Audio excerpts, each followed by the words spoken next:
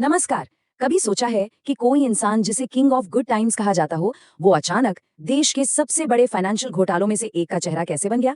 जी हाँ, आज हम बात करने वाले हैं विजय माल्या की और उनके 9,000 करोड़ के कर्ज की।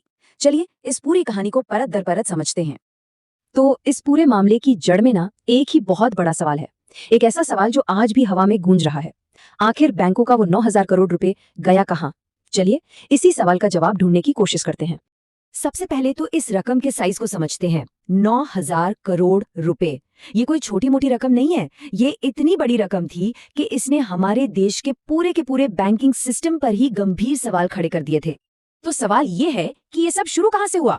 देखिए, सुर्खियों में जो शख्स थे वो थे विजय माल्या, एक बहुत बड़े इंडस्ट्रियलिस्ट जिन्हें लोग किंग ऑफ गुड टाइम्स के नाम से जानते थे।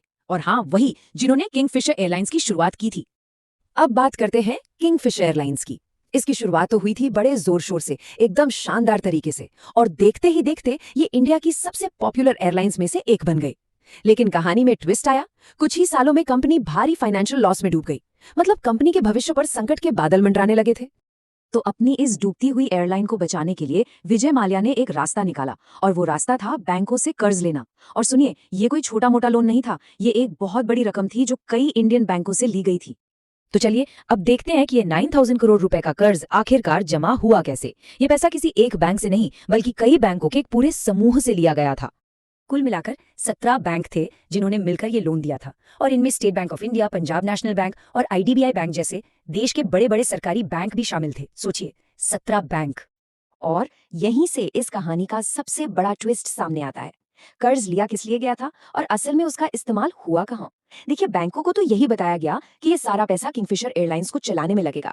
लेकिन बाद में जब जांच हुई तो आरोप ये लगे कि पैसे का एक बहुत बड़ा हिस्सा माल्या के लिकर बिजनेस और विदेशों में प्रॉपर्टीज खरीदने में डाइवर्ट कर दिया गया। अब जैसे जैसे बैंकों ने अपना पैसा वापस मांगने का दबाव बढ़ाना शुरू किया ना, कहानी में एक और नाटकीय मोड़ आ गया। विजय माल्या देश छोड़कर चले गए। इसकी टाइमलाइन कुछ ऐसी है। 2016 की शुरुआत में बैंकों ने रिकवरी की कार्रवाई शुरू की, और फिर 2 मार्च 2016 को विजय माल्या चुपचाप इंडिया छोड़कर लंदन चले गए। उनके जाने के फौरन बाद ही उन पर फ्रॉड और मनी लॉन्ड्रिंग के सीरियस केस फाइल कर दिए गए। माल्या के जाने के बाद भारत में सिर्फ एक फाइनेंशियल लड़ाई नहीं, बल्कि एक लंबी और काफी कॉम्प्लिकेटेड कानूनी लड़ाई भी शुरू हो गई। और इस लड़ाई का सिर्फ एक ही मकसद था, उन्हें किसी भी तरह भारत वापस लाना। हमारी जो जांच एजेंसियां हैं, सीबीआई और ईडी यानी एनफोर्समेंट डायरेक्टोरेट, उन्होंने अपनी जांच तेज कर दी। भारत सरकार ने यूके गवर्नमेंट से ऑफिशियली माल्या के प्रत्यर्पण मतलब एक्सट्रेडिशन की रिक्वेस्ट की, और फिर एक बड़ी कामयाबी मिली जब 2018 में ब्रिटिश अदालत ने उनके भारत प्रत्यर्पण को अप्रूव कर दिया। अच्छा, ये प्रत्यर्पण या एक्सट्रेडिशन शब्द बार बार आ रहा है, तो इसे समझ लेते हैं। ये बेसिकली एक फॉर्मल कानूनी प्रोसेस है जिसके तहत एक देश दूसरे देश की रिक्वेस्ट पर किसी अपराधी को वापस सौंपता है ताकि उस पर मुकदमा चल सके या वो अपनी सजा पूरी कर सके। लेकिन बात यहीं खत्म नहीं हुई। ब्रिटिश कोर्ट की मंजूरी के बाद भी विजय माल्या आज भी वहां कानूनी दावपेच का इस्तेमाल कर रहे हैं, और इसी वजह से वो अभी तक भारत वापस नहीं आए हैं। तो सवाल उठता है कि इस पूरे स्कैम का नतीजा क्या हुआ?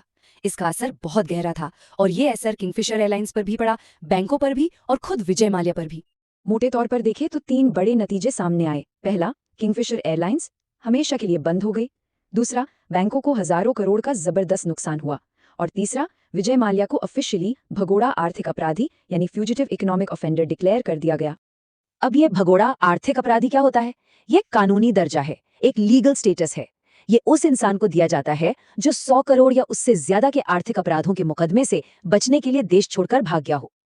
पैसे की रिकवरी के लिए ईडी जैसी एजेंसियों ने एक्शन भी लिया। भारत और विदेशों में मौजूद माल्या की बहुत सारी प्रॉपर्टीज को जब्त किया गया है। इसमें उनके आलीशान बंगले, महंगी महंगी गाड़ियां और यहां तक कि उनका प्राइवेट जेट भी शामिल है। लेकिन असलियत यह है कि इतनी सारी प्रॉपर्टीज जब्त होने के बावजूद बैंक आज भी अपना पूरा पैसा वापस पाने के लिए स्ट्रगल कर रहे हैं। मतलब ये रिकवरी का प्रोसेस अभी भी चल ही रहा है।